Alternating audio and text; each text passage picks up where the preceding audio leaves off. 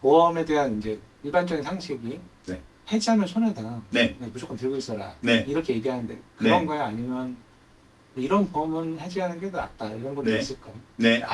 이거는 사실 고객 입장, 계약자들 입장에서 봤을 때는 예전 보험은 좋으니까 그냥 유지하세요 맞아요. 그런 걸 많이 라고 많이 하잖아요. 그러면은 계약자가 딱 들었을 때는 신뢰 가는 부분은 사실은 이 계약을 유지하라고 얘기한 설계사한테 오히려 신뢰가 더 큽니다. 왜? 다른 설계사들 다 해지라고 하지만 이거 좋은 거니까 유지하세요라고 한다 그러면 이 사람은 믿을 수 있는 사람 같은. 그죠? 이 사람은 나를 위해서 보니까 설계를 하지 다른 설계사들은 다 해약시키는데 이 사람 좋은 사람이네 라고 해서 오히려 신뢰감을 더 주는 경우가 말도 안 되게 많아요. 그럴 것 같아요. 그렇죠? 그런 것들 중에 대표적인 게 바로 실손보험이에요. 이런 말씀 들으셨을 거예요. 예전에 가입한 실손보험은 좋기 때문에 유지하고 최근에 나오는 실손보험은 안 좋아졌기 때문에 지금 거로 갈아타지 마라. 무조건 예전 게 좋으니까 예전 실손을 유지해라. 라고 이런 말씀을 많이 들었을 거예요. 저 들어봤어요. 그렇죠. 매스컴에서도 굉장히 많이 나왔었거든요. 이거 굉장히 위험한 발언이에요. 굉장히 위험합니다.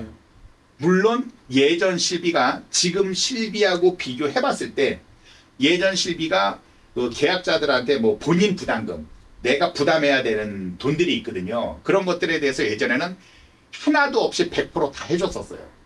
이번 같은 경우는 100% 해주고 통원 같은 경우는 5천 원만 빼고 나머지는 다 해줬었거든요.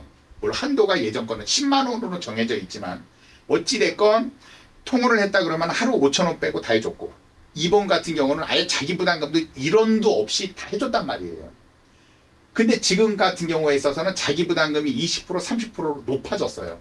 그러니까 병원비를 만약에 100만 원을 썼다 그러면은 20만 원 또는 30만 원을 내가 부담을 해야 되는 거예요. 예전 거는 부담 없이 100%다 해줬거든요. 이것만 놓고 봤을 땐 당연히 예전 보험이 좋죠. 근데 여기에는 무서운 함정이 있어요. 예전 보험이 보험료가 엄청 올라갔어요, 지금. 예전 실비가. 많이 올라갔어요. 그래서 예전 거는 100% 해줬지만 이 올라가는 이 실비에 대해서 올라가는 보험료를 계산기로 두들기면 훨씬 큰 손해인 거예요. 예를 들어서 뭐 60 먹은 뭐 계약자가 있다, 피보험자가 있다라고 했었을 때는 이분이 뭐 2007년, 2008년, 2009년도에 뭐 가입을 했다 그러면 지금으로부터 한 4, 5년 전에 가입을 한 거예요. 14, 5년 전에 가입을 했었을 때는 보험료가 쌌죠. 그리고 지금 현재 연세가 60인데 14, 5년 전이면 한 뭐 45, 무슨 뭐 46, 요때 가입을 한 거 아닙니까? 근데 지금 쭉 지나서 나이가 이제 60이 넘었단 말이에요. 지금은 보험료가 굉장히 비싸졌어요. 예전 보험이 좋기는 좋지만 보험료가 너무 많이 올라갔기 때문에 이런 분들은 지금 4세대 실비로 내 자기 부담금이 높다라고 하더라도 이런 분들은 갈아타셔야 되는 거예요. 근데 설계사가 예전 게 좋다라고 유지하라고 얘기했지 않습니까? 이 올라가는 보험료를 1년 동안 다 두들겨 보면 보험료가 너무 비싼 거예요. 근데 그분은 병원 간 게 별로 없어요. 지금 대표님 같은 경우는 갔더라도 청구를 안 하는 판인데 근데 그분들은 비싼 보험료만 계속 내는 거고 실제 내가 혜택을 잘 못 보는 거예요. 실제적으로 내가 냈었던 보험료보다 실비에서 더 많이 받는 분들 있죠. 10명 중에 1명이 취 안 됩니다. 실제적으로 더 많이 받는 사람들 또 그 중에 어떤 사람들이냐. 매일 막 도수치료하는 사람들. 네, 병원에 가서 막 그걸 저는 이제 수제 마사지라고 하는데 맨날 도수치료 뭐 어깨 받고 뭐 그거 받는 거 좋아하시는 분들이 있어요. 예전 실비 가입하셨던 분들이 그걸 엄청 많이 받습니다.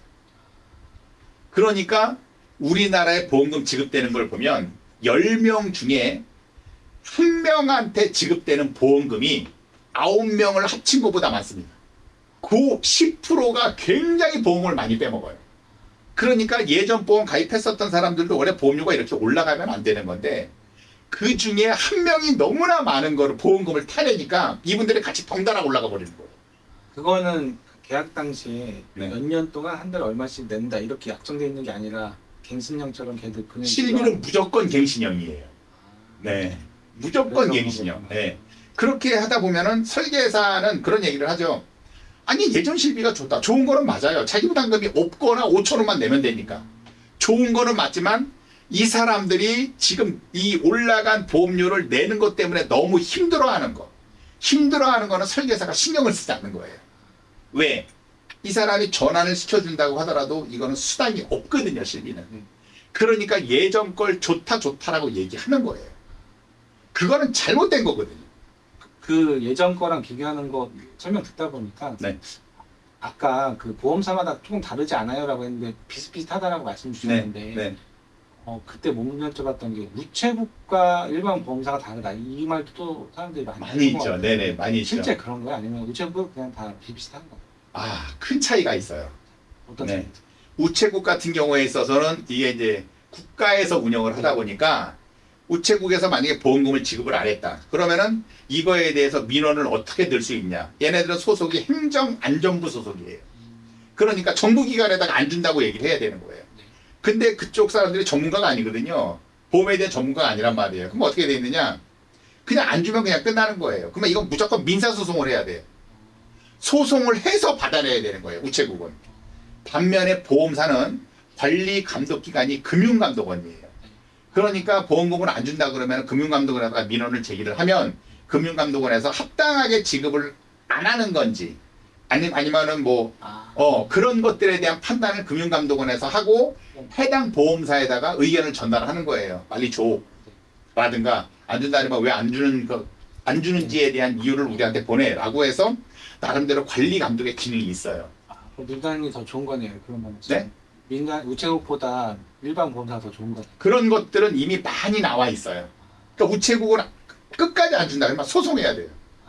근데 우체국이 더 싸다, 혜택이 더 많다, 네. 더 잘 준다. 네. 이런 말들도 있거든요. 이게 네. 진짜인지 뻥인지 잘 모르겠어요. 근데 그거는 우리가 흔히 얘기하는 젊은 애들 얘기를 좀 케바케라고 많이 하는데 우체국에서 잘 또 지급되는 사람도 있어요. 근데 일반 보험사에서 또 지급 잘 안 되는 사람이 있고 이런 사람들은 우체국이 좋다라고 얘기를 할 거고 근데 전체적인 걸 놓고 봤을 땐 우체국이 지급되지 않는 경우들이 좀 많아요. 네, 좀 많고 지금 말씀하신 우체국은 싸다라고 했지 않습니까? 근데 그렇게 쌀 수밖에 없는 거는 보장 자체가 작아요. 일반 보험은 암 진단비 5천만 원씩 들어갈 수 있는데 예전에는 우체국은 1,000만 원씩밖에 못 들어갔어요. 우체국은 서민 상품이라 그래가지고 사망보험금이나 이런 것들도 높게 설정할 수 없었어요. 옛날에는 우체국에 나왔었던 종신보험은 최대 들어가야 3천만 원밖에 안 들어갔습니다. 그래서 우체국에서 쌌다. 그래서 당연히 우체국이 쌀 수밖에 없는 거예요. 에이.